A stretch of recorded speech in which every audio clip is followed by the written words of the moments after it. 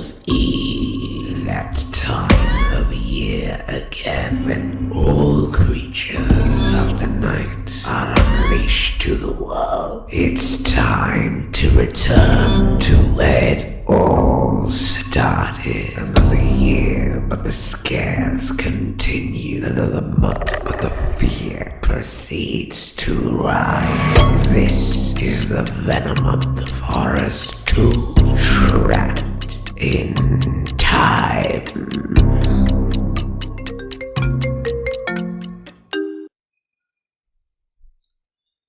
Hello? Hello, Dave? No. This is the teapot. God, it's you again. Do I know you? Oh, right, we've not actually met yet. What? Nothing, I'm sorry, wrong number. Well, while you're here... No, I've really got it. I was just about to sit down and watch a movie. Look, that's cool and everything, but I'm sorry, my entire life and future is all on the line, okay? I'm from the future, I've been sent back, and now I have to get back, otherwise anything I do in this timeline could literally sabotage the entire future and doom the entire world! Oh, well, that's alright. I was just about to watch The Lost Boys, but if you have to go, it's...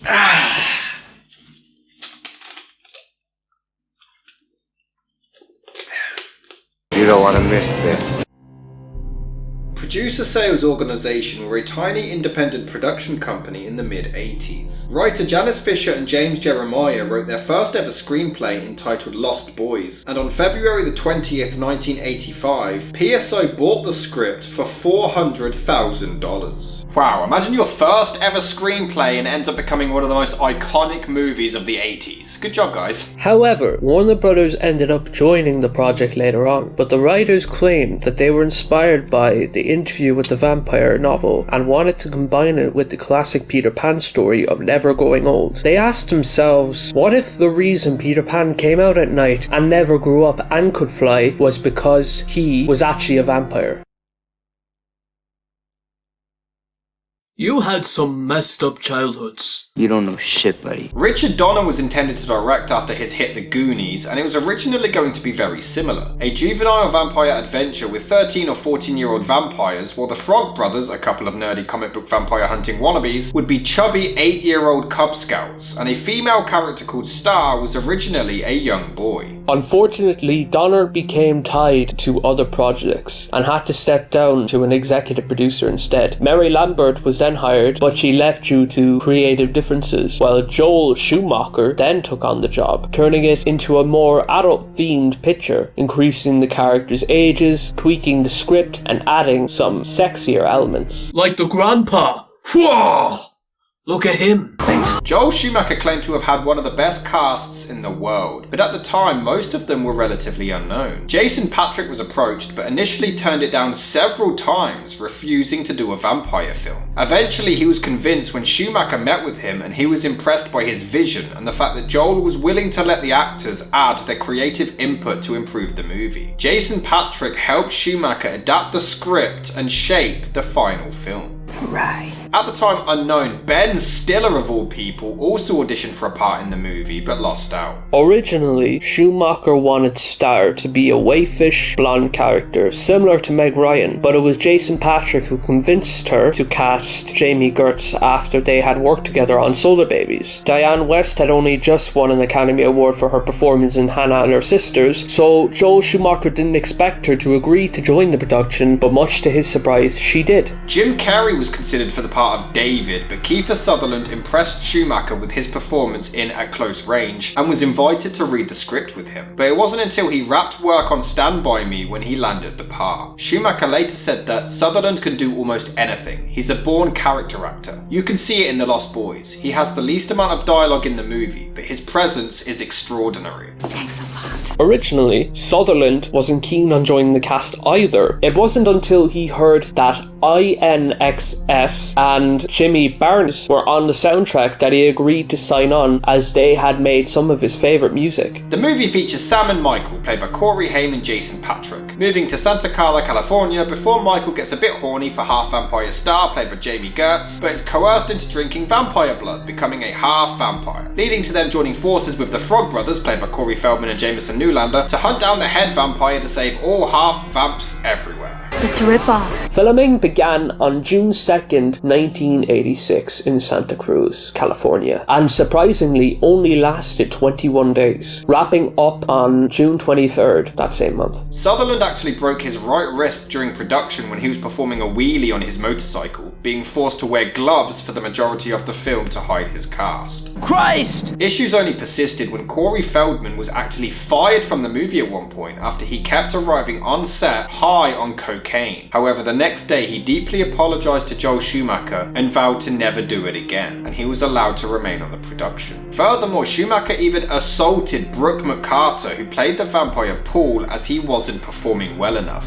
I was so frustrated and I just slapped him and pushed the door in front of him. I'd never done it in my life and never again. I'm ashamed of it. It's outrageous. He should have reported me. I should have been up on charges, but I've apologized many times. Holy shit! The Lost Boys was released on July 31st, 1987 and was a moderate success, opening at number 2 at the box office, earning $32.2 million worldwide against a budget of $8.5 million, and reviews were mostly positive. Most loved its combination of horror and comedy, but there were some who weren't a fan, claiming it was a case of style over substance. But over the years, it gained a huge cult following and continues to be an iconic film of the 1980s that is still celebrated to this day. It formed the double act of the two Coreys, and it created references forever utilized in vampire lore for further generations, influencing countless other movies and TV shows in the decades that have followed. Pretty cool, huh? Despite me adoring this film and it being a major part of my childhood, I've always found it silly that the vampires can fly. I mean, they don't turn into bats or anything, and when it's just a simple POV shot, it does create some great tension, although sometimes it does look a bit silly. But when it's kept hidden, it is really intense and suspenseful, and the final fight in the air does look pretty cool. I'm so confused! But then a security guard is attacked by either the scum that we saw earlier prancing at him through the sky, or a very angry crow. A crow that manages to take off a car door. And the movie soundtrack is awesome! When you scream, faces come out.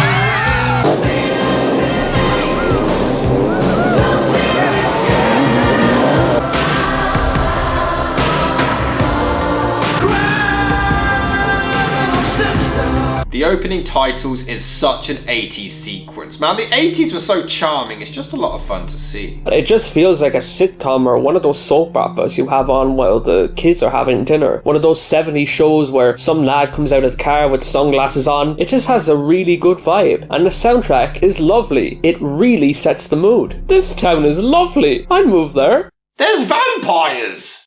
Yeah. And there's no sun in Ireland. You'd be fucked. Never! The grandpa is such a weird character. He fakes his death, and he and his daughter from Edward Scissorhands both act like it's completely normal. Playing dead. And from what I heard, doing a damn good job of it, too. Dad! If all the corpses buried around here was to stand up all at once, we'd have one hell of a population problem.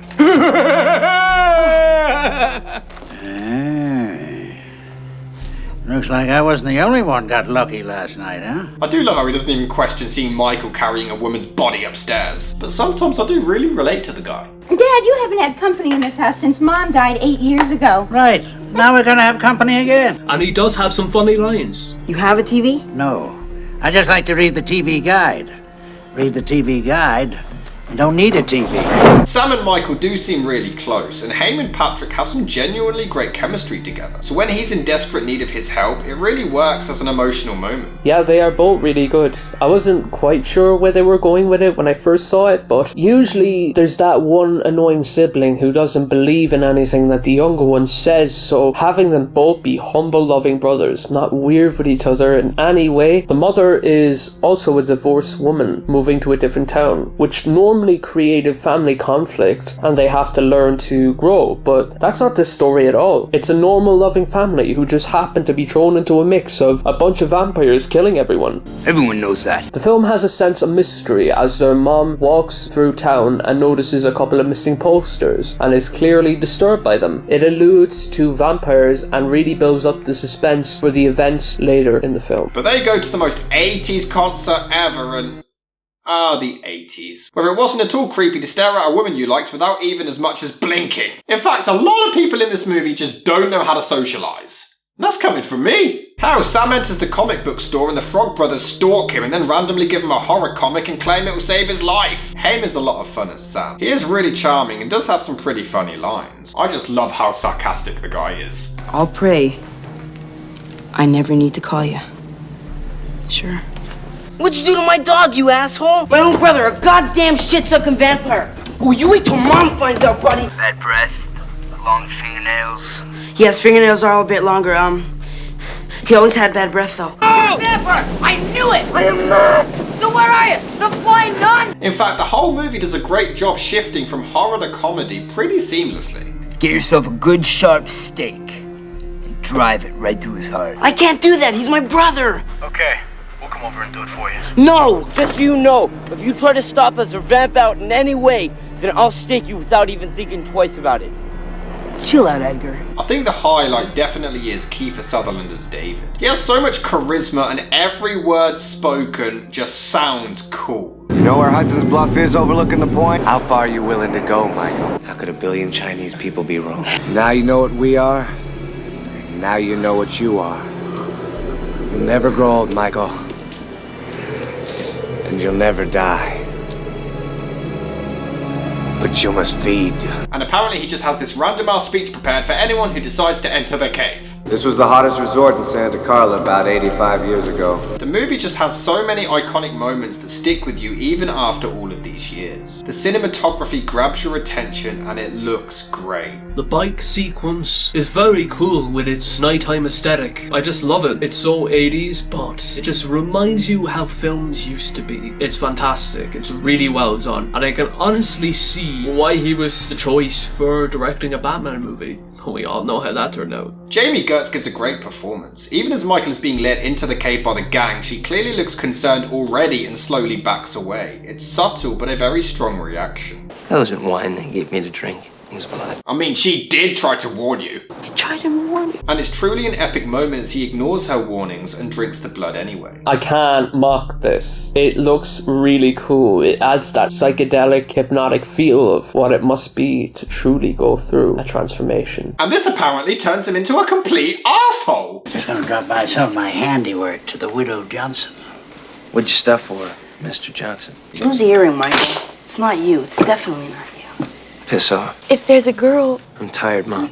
we could talk. I'm tired. We could talk about anything you wanted to talk about. I have more serious things on my mind than girls in school. There's things I'm dealing with that you can... Things I wouldn't understand. It is quite a cool metaphor for being led astray and falling into the wrong crowd and experimenting with alcohol or even drugs. But did they specifically only pick him because he looks like the lead singer from The Doors? If so, fair enough. And hey, Bill is one of the vampires, that's nice! Alex Winter doesn't have many lines, but it is pretty cool to see him, and this is the most iconic scene of the entire film as they all hang by the railroad tracks before letting go. It's so fucking cool! There's a really intense scene where Michael begins to turn and even goes to attack his brother, but the dog protects him. I mean, he kind of deserves it for acting like a 6-year-old in the bath and not his own age, but still, it's a great scene. Nanook is such a good boy. I love how the scene is so dark, but it's really well intercut with him in the bath singing away. It's hilarious. I'm reluctant to laugh or to be on the edge of my seat. I get the same feeling when I watch The Witches of Eastwick for certain similar scenes in that film as well. This scene is great. But I swear to God, Joel, if you kill that dog... No, the dog survives, you're cool. Oh, thank God. Yeah, no problem.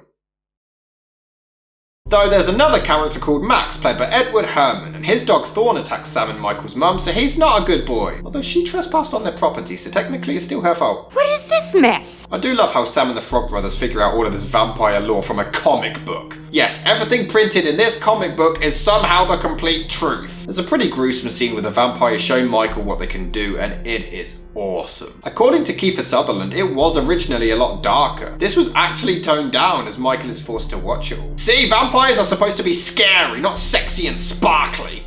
There's not a single bad performance in this entire movie. Everyone is perfect. I love how the Frog Brothers are complete jokes though. Two kids try desperately to be badasses, but they're clearly in way over their heads. But they do have some great dialogue. When a vampire bites it, it's never a pretty sight. No two bloodsuckers go out the same way. Some yell and scream, some go quietly. Some explode, some implode. but all will try to take you with them. But they're really not that stealthy, considering they're supposed to be sneaking up on a vampire nest. I feel a draft. I think there's something up here. Check it out, Sam. I'll be right back, Mike. Move, Alan, move! They literally scream in their lair and the gang don't even wake up. The visuals of all of them sleeping upside down is terrifying though. Jesus! And it's so cool when they stake Bill and get chased out. It's so intense. But what the hell did they expect was gonna happen? I'm gonna be honest with you. I have some problems with the Frog Brothers. What? Hear me out. I don't hate the Frog Brothers, but I just don't get why they're so important for so many people. I find them a little bit overrated when it comes to characters of the franchise. When I like to think of this movie, I think of a powerful vampire and the corruption of good, older sibling and the brotherhood being torn apart because of the beast that's inside. But the fact that the sequels that were later made focused on the Frog Brothers, they were the ones to continue the series? Why were they the cover of the disc? Is it just because of Feldman's fame? It has to be. I don't necessarily dislike them, I just see them as the comic relief, and to have the two Coreys together and to lead this lad investigate and teach him about vampires, I just find it a bit odd. It's like if they made Return of the Jedi and then the sequels had completely different people and the only characters reprising their roles were the fucking Ewoks. And of all the story that happens with the spiritual connection between the characters, from brotherhood to love that may or may not be corruptible and escaping evil, but evil is speaking in the mind, people talk about the Frog Brothers. Not David or Michael or Star or even Nanook, the fucking Frog Brothers. I'm sorry. I'm sorry. What was that? A little vampire humor? It wasn't funny. And there's a weird dramatic close-up on David as he cries after being burnt by sunlight, and this wasn't actually planned. It was Kiefer's genuine reaction to the painful contact lenses they had to wear as the vampires. They were so sore the actors could literally only wear them for seconds at a time, but it doesn't make much sense for the character to cry like this. Why was it kept in? Major mistake. We do get the cliche of the kid asking for help and nobody believes them, but it is still pretty funny. Santa Carla's crawling with vampires, Mom. Excuse me. Mom, I'm serious! The third act is incredible. It starts off hilarious as they interrupt a christening to steal some holy water. Oh yeah, just lock your windows. They'll never be able to get inside now. And it leads to such a suspenseful scene as Sam rushes outside to save the dog. You are on the edge of your seat. And the very good boy even kills a damn vampire. While the Frog Brothers just scream like bitches. Funnily enough, Jameson Newlander was only 16 when they filmed this, but he already had a great deal of chest hair. So when the vampire grabbed them both by the shirt, he also took a chunk of the chest hair with him. So the look of pain on Newlander's face is completely genuine. Not bad, huh? It has some amazing visuals as blood explodes out of all of the plumbing, and it's really creepy as Sam uses a lamp to check the ceiling for any vampires. The effects have also aged incredibly well, before a truly epic 80s moment. Death by stereo. I love how all the vampires get their own individual deaths. It's really cool. It gives depth to each of the characters being killed off one by one. And the final fight is like Hamlet versus Claudius, or Scar versus Simba, or Angel versus Spike. It's truly a final showdown boss type fight. It's so cool. The final fight between Michael and David and the cameraman is amazing. We see David's shadow and it's so damn creepy. The scene is built up so well and the effects are great, leading to an epic one-liner. It's too late, but blood is in your veins. So it is mine! And that's when we get the reveal of who the head vampire is. So if you don't want spoilers, skip to this timestamp. Why? The kids suspect Sam's mum's boyfriend Max, so we get a pretty funny scene where they try to expose him over dinner, but it fails. We even get a clever fake out of him being stalked and attacked as if he could be another victim. And he even looks at the gang with disdain earlier in the film to throw the audience off the scent. Everyone assumes it's David, but then he dies, and nothing changes. But it's a double bluff. It actually is Max because... Don't ever invite a vampire into your house, you silly boy. It renders you powerless. Okay, that actually is a pretty clever twist, fair play. Then the grandpa kills him, which looks awesome. And then we get a reveal that he knew all about the vampires all along. So all in all, The Lost Boys is an absolutely perfect film and all of it makes absolute 100% sense. Well, other than how does David hypnotise Michael into seeing maggots and worms? And I assume Michael fell off his own bike because he was going too fast, but then he blames David and attacks him for it like it was his fault, he raced him. Was he drinking David's blood? Because if Max is the head vampire, wouldn't he need to drink Max's blood? Or would any vampire blood do? Michael even asks Star, It was David's blood. and she never corrects him. But blood is in your veins. How did the gang perfectly time climbing down the railroad tracks to the train showing up? Where's Star during all of this? How does Michael fall down and end up in his own bed? Their mum says, You come home in the middle of the night, you sleep all day. but they've only been in town, what, a couple of days? How could this have happened that many times for her to take note of it? Why does their mom want Michael to babysit Sam when he's clearly old enough to be left on his own? How did the gang hypnotize both Sam, Michael and their dog to see them outside the house just for nothing to be there? Are they all going mad? Or did Merrick need his son to pass by to give him a lift because he lost his bus pass? They do the exact same thing to Max too! And to Michael again after he does the naughty. How does Star get into the house without an invite? Does it not work on half vampires? Maybe the elements of love in his mind and his kind-heartedness flew her closer to the heart of Michael and exceeded her soul and her kind spirit and good nature to the heart of Michael. Or they forgot to film it.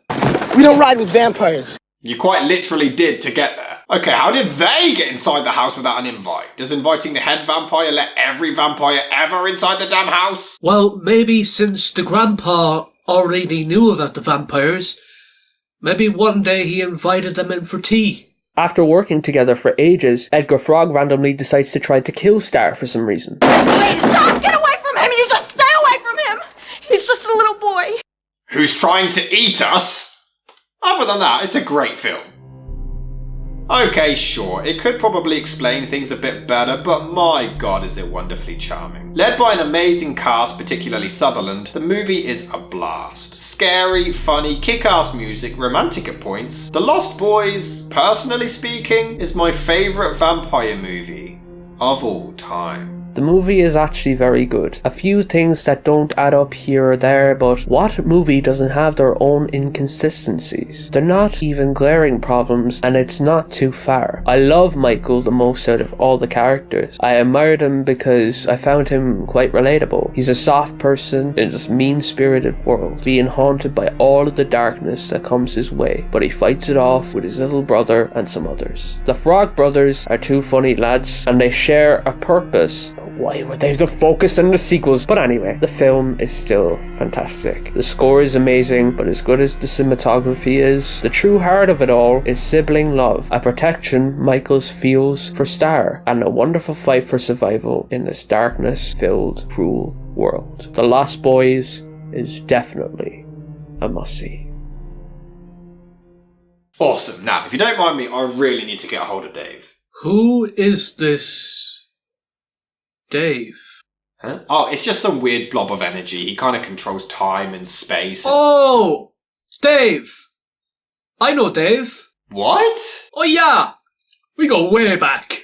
I love Dave. Well, I need to find him. He sent me through time and now I'm stuck here. I can tell you exactly where he lives. Where? Okay, Quentin Tarantino, no. Nicholas Brennan, Liza Dushku, Mauler, Lady Gaga, Boris Johnson. Ah, Dave! There we go. Okay, page 31. Okay.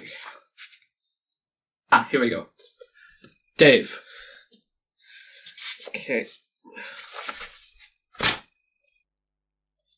How did you pass this through the camera? Well, you see, Rob, I'm not real. Dave!